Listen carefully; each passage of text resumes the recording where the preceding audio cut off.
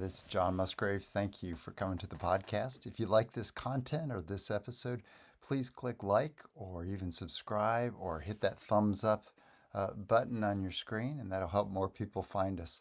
Thanks for listening. At Jesus' return, you can approach God at Jesus' return and live in His presence on the new earth, which is accounted for us in Revelation 21 and 22. I'm going to read that for us just to see what's going on here.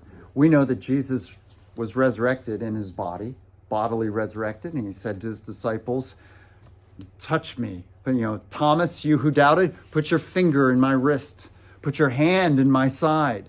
And He ate fish with His disciples, showing them in many ways that He was physically resurrected. And so we know now that Jesus is the lone one in heaven, physically present in a body. But we hear this general resurrection that Jesus talks about in John 5 and then in Revelation 20. And then after final judgment, here's what happens. This is Revelation 21, verse 1. John sees this vision of what's going to happen in the future right after final judgment. He says, then I saw a new heaven and a new earth. For the first heaven and the first earth, what we see right now, had passed away, and there was no longer any sea.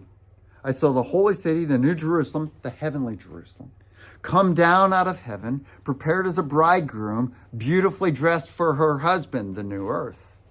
And I heard a loud voice from the throne saying, hear this about you and Jesus on this earth redone, without weeds, without sorrow, without sickness. Hear this, you physically, no longer to die, soul and spirit united. Here's what this messenger from God says. Now the dwelling of God is with men, and He will live with them. They will be His people, and God Himself will be with them and be their God.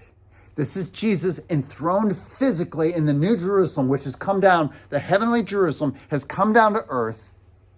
The earth has been made new, and Jesus is here with us, physically dwelling. Let me read it to you again.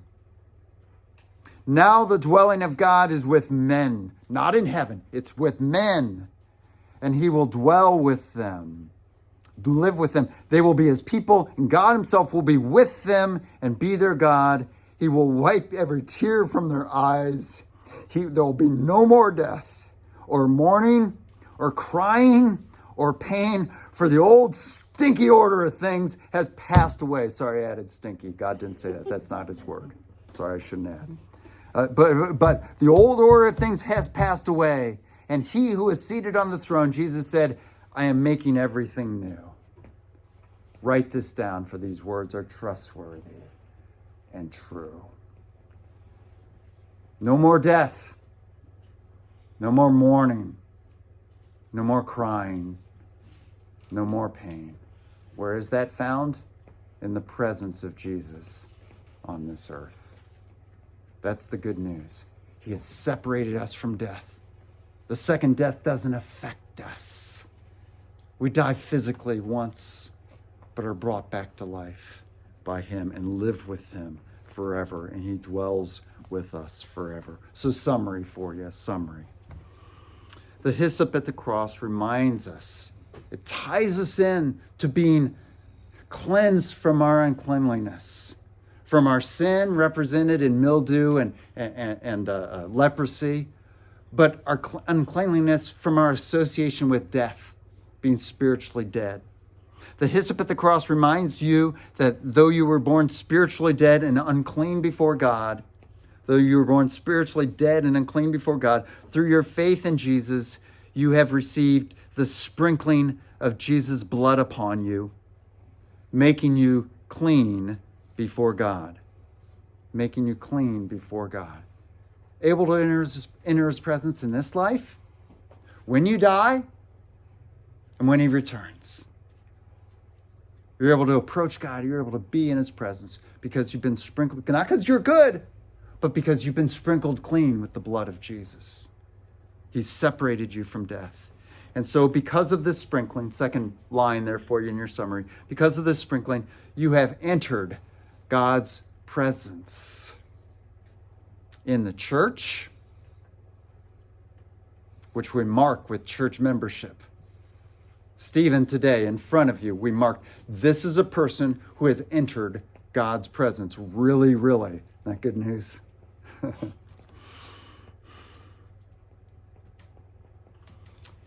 You've entered God's presence in the church, in the Lord's Supper, and you're taking of it. You enter God's presence every time you pray.